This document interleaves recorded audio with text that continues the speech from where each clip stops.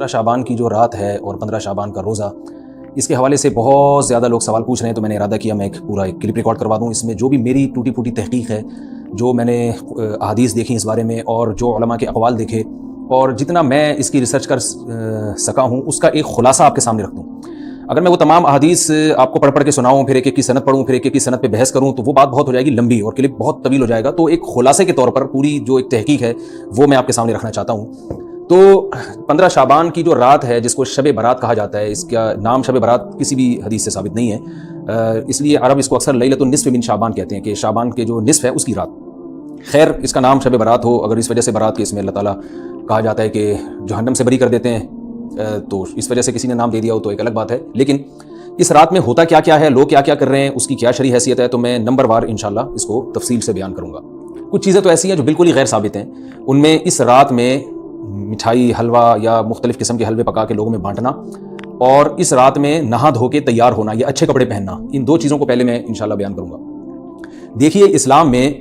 راتوں کے تہوار کا کوئی تصور نہیں ہے۔ اسلام میں جتنے بھی تہوار ہیں وہ دن کی روشنی میں ہیں۔ عید الفطر، عید الاضحیٰ، یہ ہمارے دو تہوار ہیں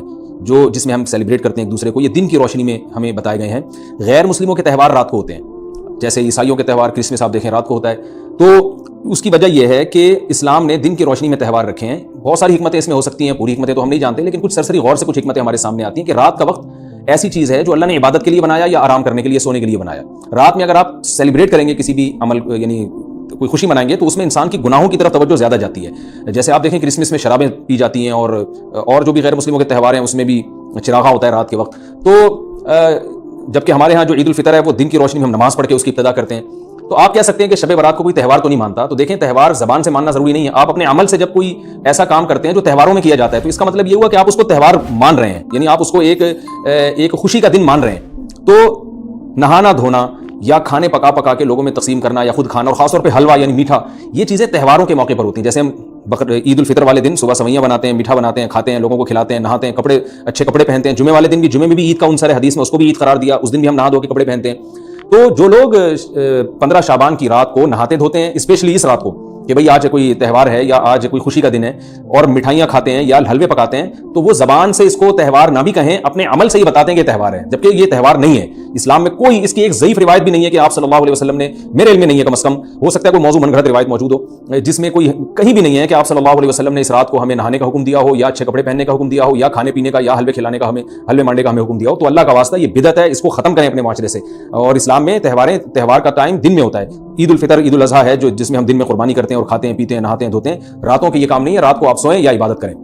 تو ایک چیز تو یہ تھی جو میں بتانا چاہ رہا تھا۔ دوسری چیز، اس رات کو قبرستان جانا۔ دیکھیے، اس بارے میں حدیث پیش کی جاتی ہے، مشہور حدیث ہے، لوگ سنتے رہتے ہیں کہ نبی صلی اللہ علیہ وسلم رات کو اٹھے، اور امی عائشہ رضی اللہ تعالیٰ عنہ بھی آپ کے پیچھے چلی گئیں، اور آپ صلی اللہ علیہ وسلم جنت البقیع میں مغفرت کی دعا مانگ کے تشریف لے آئے واپس۔ تو یہ حدیث انتہائی درجے کی ضعیف حدیث ہے، اور ایک تو ضعیف حدیث ہے، دوسری بات یہ کہ اگر ہم تھوڑی دیر کے لیے فرض کر لیں یہ صحیح حدیث ہے، اور ہم کہتے ہیں کہ بھئی نبی صلی اللہ علیہ وسلم نے یہ عمل کیا ہے، تو صحابہ میں سے کسی سے ضعیف حدیث سے بھی ثابت نہیں ہے کہ کوئی اس رات قبرستان گئے ہوں۔ حضرت ابو بکر کے بارے میں کوئی روایت نہیں ملتی کہ اس رات قبرستان گئے ہوں، حضرت عمر کے بارے میں کوئی روایت نہیں ملتی، یا کسی ایک صحابی کے بارے میں نہیں۔ تو آپ مجھے بتائیں کہ یہ کیسی سنت ہے کہ جو صحابہ کی سمجھ میں نہیں آئی اور ہماری سمجھ میں آ گئی ہے؟ تو مشرکین مکہ یہ کہا کرتے تھے، لو کان خیرا ما سبقونا الیہ، قرآن مجید کی آیت ہے کہ اگر یہ اسلام میں کوئی خیر ہوتی تو یہ صحابہ ہم سے پہل نہ کرتے، یہ صحابہ نے ہم سے پہل کیا ہے، اس کا مطلب ہے یہ اسلام خیر کا کام نہیں ہے۔ تو مشرکین کو صحابہ سے چونکہ نفرت تھی، اس لیے کہتے تھے کہ یہ چونکہ اسلام کو فالو کر رہے ہیں تو یہ اس کی علامت ہے کہ اسلام خیر نہیں ہے، کیونکہ خیر میں تو ہم صحابہ سے آگے ہوتے ہیں، اپنے بارے میں ان کا یہ اس خوش فہمی میں مبتلا تھے وہ۔ لیکن ہماری رائے کیا ہے؟ ہم یہ کہتے ہیں کہ لو کان خیرا لسبقونا الیہ، وہ کہتے تھے لا سبقونا، ہم کہتے ہیں لسبقونا، کہ اگر کوئی بھی خیر کا کام ہے تو صحابہ ہم سے ضرور اس میں پہل کریں گے، یہ ہو نہیں سکتا کہ خیر کا کام ہم کریں اور صحابہ نے نہ کیا ہو۔ تو اسی طرح میں یہ عرض کرتا ہوں کہ دیکھیں، اگر قبرستان جانا اس رات میں سنت عمل ہوتا تو صحابہ یقیناً جایا کرتے، کوئی ایک صحابی تو گیا ہو، یہ کیسی بات ہے جو صحابہ کی سمجھ میں نہیں آئی اور ہماری سمجھ میں آ رہی ہے اور ہم قبرستان جا رہے ہیں اس رات کو۔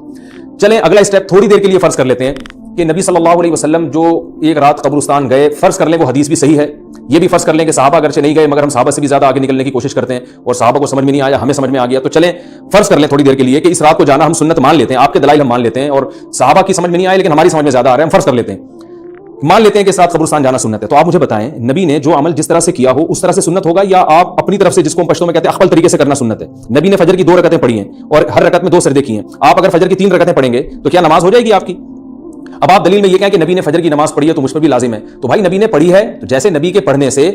آپ پر پڑھنا لازم ہو گیا تو جس طرح سے پڑھی ہے اسی طرح پڑھنا لازم ہوگا، اخفل طریقے سے پڑھنا لازم نہیں ہوگا. تو اسی طرح یاد رکھیں، فرض کر لیں کہ نبی قبرستان گئے ہیں اور یہ قبرستان جانا سنت ہے، تو نبی کس طرح گئے ہیں اور کتنی دفعہ گئے ہیں؟ نبی رات کو چپکے سے اٹھ کے گئے ہیں، کوئی کسی کو آپ نے جمع نہیں کیا، کسی کو بتایا تک نہیں، جو اس حدیث سے پتہ چل رہا ہے ہمیں، اگرچہ یہ ضعیف حدیث ہے لیکن فرض کر لیں یہ صحیح ہے. تو کہیں پتہ بھی نہیں چل رہا، چپکے سے قبرستان گئے اور چپکے سے واپس آئے اور پوری زندگی میں ایک دفعہ گئے. جبکہ ہمارے ہاں ہر سال قبرستان میں لوگ جا رہے ہیں، جب بھی شب برات آتی ہے لوگ قبرستان جاتے ہیں ہر سال. نبی ایک دفعہ گئے اور آپ ہر سال جا رہے ہیں. نمبر 2، جاتے جتھوں کی شکل میں، نبی تو چپکے سے گئے ہیں، تو آپ رات کو 2-2:30 بجے ذرا چپکے سے اٹھیں اور تنہائی میں جب قبرستان میں وحشت ہو اور اندھیرا ہو اور وہاں قبرستان جائیں، اتنا دم ہے آپ میں، تو ہم کہیں گے بھائی آپ نے نبی کی سنت کو زندہ کیا ہے. لیکن آپ تو جتھوں کی شکل میں جا رہے ہیں، نہا دھو کے جا رہے ہیں، خوشبو لگا کے جا رہے ہیں، تیار ہو کے جا رہے ہیں، اور جو کچھ وہاں خرافات ہو رہی ہیں قبرستان میں وہ تو ساری دنیا کو معلوم ہے. میلے ٹھیلے لگے ہوئے وہاں پہ، گولے گنڈے بک رہے ہیں، برگر بک رہے ہیں، گول گپے بک رہے ہیں وہاں پہ، اور پھول الگ بک رہے ہیں، ہر پھول قبروں پہ چڑھانے کے لیے. کیا بدماشی ہے یہ، کیا منہ دکھائیں گے رسول اللہ صلی اللہ علیہ وسلم کو قیامت کے دن آپ کے سامنے؟ کیا وہ حدیث نہیں ہے کہ نبی صلی اللہ علیہ وسلم نے فرمایا کہ روایت میں آتا ہے کہ کچھ لوگ قرب میدان حشر میں آئیں گے تو ان کے چہرے ایسے ہوں گے جیسے میری امت کے چہرے ہوتے ہیں، میری امت کی شکل ہوتی ہے. حدیث کا مفہوم میں بیان کر رہا ہوں. تو جب وہ حوض کوثر کا پانی پینے کے لیے میرے پاس آئیں گے تو فرشتے ان کو بھگائیں گے، سحقن سحقن. تو آپ صلی اللہ علیہ وسلم پوچھیں گے یہ تو میری امت ہے، آپ تو فرشتے کیا کہیں گے کہ یہ آپ کی وہ امت ہے جنہوں نے آپ کے دنیا سے جانے کے بعد دین میں ایسی چیزیں ایجاد کر لی تھی جن کا آپ نے حکم نہیں دیا. تو آپ کیا فرمائیں گے؟ سحقن سحقن، دور کرو ان سے. تو ایسا نہ ہو کہ ہم قیامت کے دن رسول اللہ صلی اللہ علیہ وسلم کی شفاعت سے محروم ہو جائیں. تو اللہ کا واسطہ قبرستان مت جائیں اس رات، گھر میں بیٹھیں آرام سے، یہیں بیٹھ کے میت کے لیے مغفرت کی دعا کریں. اور اگر آپ سمجھتے نہیں یہ حدیث بالکل صحیح ہے اور جانا لازمی ہے تو پھر تنہائی میں جائیں، ایسے قبرستان کا انتخاب کریں جہاں آپ کے علاوہ کوئی بھی نہ ہو، اور پھر چپکے سے جائیں اور پتلی گلی سے واپس آ جائیں. آپ اگرچہ ہم تو اس کو بھی نہیں مانتے لیکن اگر کرنا ہے تو پھر اس طریقے سے عمل کریں، اگر آپ حدیث کو فالو کرنا چاہتے ہیں آپ اپنے خیال کے مطابق. تو یہ 2 باتیں ہو گئی. ایک تیسری چیز کیا ہے، کیا قرآن اس رات میں نازل ہوا ہے اور تقدیر کے فیصلے اس رات میں ہوتے ہیں؟ دیکھیے قرآن میں 2 جگہ اللہ نے اس مضمون کو بہت وضاحت سے بیان کیا. ایک سورہ دخان میں انا انزلناہ فی لیلۃ مبارکہ کہ ہم نے اس کو مبارک رات میں نازل کیا، اور اللہ نے فرمایا فیہا یفرق کل امر حکیم، اس میں حکمت والے فیصلے ہوتے ہیں اس رات میں. دوسری جگہ 30ویں پارے میں سورہ قدر میں اللہ نے فرمایا انا انزلناہ فی لیلۃ القدر، ہم نے اس قرآن کو لیلۃ القدر میں نازل کیا، اور اس میں بھی اللہ نے فرمایا تنزل الملائکۃ فیہا کہ فرشتے اس رات میں اترتے ہیں باذن ربہم من کل امر، تمام قسم کے معاملات لے کے. تو یہاں بھی اللہ بتا رہے ہیں کہ جو 1 سال کے فیصلے جس رات میں ہوتے ہیں اور فرشتوں کے حوالے کیے جاتے ہیں وہ رات اور قرآن کے نازل ہونے والی رات ایک ہی ہے، یہ الگ الگ راتیں نہیں ہیں. اور سورہ قدر میں اللہ نے فرما دیا واضح لفظوں میں کہ وہ لیلۃ القدر کی رات ہے. تو اتنی وضاحت کے بعد پھر یہ کہنا کہ اس رات میں قرآن نازل ہوا تھا جبکہ اس کے بارے میں کوئی صحیح حدیث موجود بھی نہیں ہے، ضعیف یا موضوع روایتیں ہیں، تو یہ بالکل قرآن پر میں سمجھتا ہوں کہ یہ ٹھیک نہیں ہے، بالکل دلیل کے لحاظ سے یہ کمزور بات ہے. اگرچہ بعض علماء اس طرف گئے ہیں اور انہوں نے تعویل کی ہے، انہوں نے یہ تعویل کی ہے کہ قرآن جو ہے آسمان دنیا پہ آیا لیلۃ القدر میں اور وہاں سے جو نیچے نزول شروع ہوا ہے وہ شب برات میں ہوا ہے، لیکن یہ تعویل عقل سے بعید ہے اور اس تعویل کی ہمیں ضرورت بھی نہیں ہے. 2 صحیح حدیثیں ٹکرا رہی ہوں یا قرآن کی آیت کسی ایسی متواتر حدیث سے ٹکرا رہی ہو تو پھر تو وہاں ہمیں تطبیق دینے کی ضرورت پیش آتی ہے جب قرآن کے مقابلے میں کوئی حدیث ہی نہیں ہے، صحیح حدیث بھی نہیں ہے. حالانکہ قرآن کے مقابلے میں تو فقہا کہتے ہیں کہ اگر صحیح حدیث بھی ہو، متواتر نہ ہو، صحیح حدیث بھی ہو تو وہ بھی ظنی ہوتی ہے، تو اس حدیث کو رد کیا جائے گا، قرآن میں تعویل نہیں کی جائے گی. لیکن یہاں تو صحیح حدیث بھی نہیں ہے، یہاں تو ایک ضعیف روایت ہے اور ضعیف اقوال ہیں، آپ اس کو کیسے قرآن کے مقابلے میں لا سکتے ہیں؟ تو جو بالکل بے غبار بات ہے وہ یہی ہے کہ اللہ تعالیٰ نے قرآن مجید کو لیلۃ القدر میں نازل کیا جو رمضان کے آخری عشرے میں ہوتی ہے، اور اسی لیلۃ القدر میں فیصلے بھی ہوتے ہیں. اور بعض لوگ کہتے ہیں اس میں حرج کیا کہ ہم 15 شعبان کو بھی فرض کر لیں، اس میں قرآن نازل ہوا اور لیلۃ القدر میں بھی. بھائی اس سے لیلۃ القدر کی ویلیو کم ہوتی ہے. اللہ تو لیلۃ القدر کی ویلیو بڑھا رہے ہیں کہ یہ ایسی رات ہے جس میں 1 سال کے فیصلے بھی کر دیے جاتے ہیں اور اس میں قرآن مجید کا نزول بھی شروع ہوا. تو جو جس رات کو اللہ نے جو پروٹوکول دیا ہے وہی پروٹوکول اس کو دینا چاہیے، آپ اس کو کسی اور رات کو نہ دیں وہ پروٹوکول. تو یہ تیسرا مسئلہ ہوا. پہلا مسئلہ حلوے مانڈے کا اور نہانے دھونے کا، وہ بھی غلط ہے. دوسرا مسئلہ قبرستان جانے کا، وہ بھی ٹھیک نہیں ہے. تیسرا مسئلہ کہ اس رات میں قرآن نازل ہوا اور فیصلے ہوتے ہیں، یہ تیسری بات بھی غلط ہے. نہ تو اس رات میں قرآن نازل ہوا اور نہ اس رات میں فیصلے ہوتے ہیں. چوتھی چیز کہ کیا اس رات میں عبادت کی کوئی فضیلت ہے سرے سے یا نہیں ہے، یہ ایک علمی مسئلہ ہے. تو اس بارے میں خوب اچھی طرح سمجھ لیں کہ اس بارے میں جتنی بھی احادیث ہیں جو اس رات کی فضیلت کے بارے میں ہے کہ بنو کلب کی بکریوں کے برابر مغفرت ہوتی ہے اور بکریوں کے بالوں کے برابر، اور یا جو بھی اس بارے میں روایات ہیں کہ سب کی بخشش ہو جاتی ہے سوائے اس شخص کے جو کسی کے دل میں کینہ رکھتا ہے، تو یہ جتنی اس رات کی فضیلت میں احادیث ہیں تو ایک بات تو خوب اچھی طرح سمجھ لیں، اس پر تمام محدثین کا، جہاں تک میں نے دیکھا ہے، تمام محدثین کا اتفاق ہے کہ اس کی فضیلت میں صحیح حدیث ایک بھی نہیں ہے. اس رات کی فضیلت میں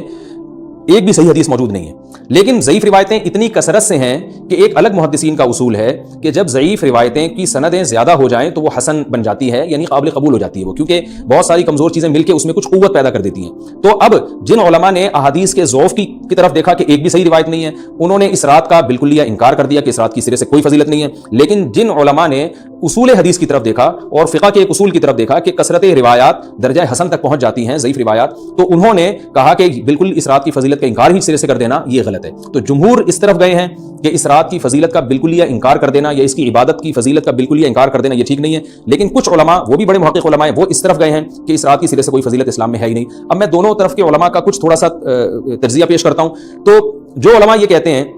کہ اس رات کی فضیلت ہے اور فضیلت میں کثرت سے روایات ہیں اور اس میں بڑے بڑے علماء داخل ہیں، امام شافعی رحمہ اللہ تعالی جیسے مجتہد بھی ہیں جو اس رات کی فضیلت کے قائل ہیں۔ باقی ائمہ سے مجھے جو ہے نا امام ابو حنیفہ سے کچھ نہیں ملا اس رات کی فضیلت کے بارے میں، اور امام احمد بن حنبل سے بھی مختلف روایات ملی ہیں، اس لیے میں جزم سے کسی اور امام کے بارے میں نہیں کہہ سکتا، لیکن امام شافعی سے بہرحال اس کی فضیلت صراحتاً منقول ہے، اگرچہ انہوں نے بھی اعتراف کیا ہے کہ اس کی روایات کے بارے میں جتنی اس بارے میں روایات ہیں وہ ضعیف ہیں، لیکن وہی ایک اصول ہے کہ جب ضعیف روایات بہت کثرت سے ہوتی ہیں تو درجہ حسن تک پہنچ جاتی ہیں۔ تو اس اصول کے تحت جمہور اس کے قائل ہیں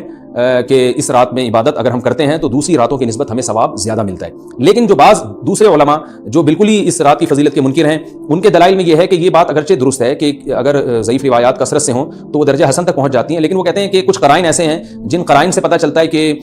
جو ہے ان قرائن کو اگر سامنے رکھا جائے تو وہ ان کی رائے یہ ہے کہ پھر ان کا خیال یہ ہے کہ ان کا رجحان اس طرف ہے کہ اس رات کی سرے سے کوئی فضیلت نہیں ہے۔ ان قرائن میں ایک چیز یہ بھی ہے کہ اس کے بارے میں جو روایات ہیں ان میں بہت زیادہ ثواب کی بشارت سنائی گئی ہے۔ تو بعض محدثین کا یہ اصول ہے کہ کسی رات کے بارے میں یا کسی خاص عمل کے بارے میں بہت زیادہ کہیں غلو ہوتا ہے یا مبالغہ ہوتا ہے، غلو تو نہیں کہہ سکتے، تو یہ خود ایک اس طرف اشارہ ہوتا ہے کہ یہ ایک ذوف ہے، اگرچہ یہ کوئی اتنی مضبوط بات نہیں ہے، لیکن بہرحال جو علماء اس کی فضیلت کے بالکل منکر ہیں ان کی ایک دلیل میں آپ کے سامنے پیش کر رہا ہوں۔ دوسری بات یہ ہے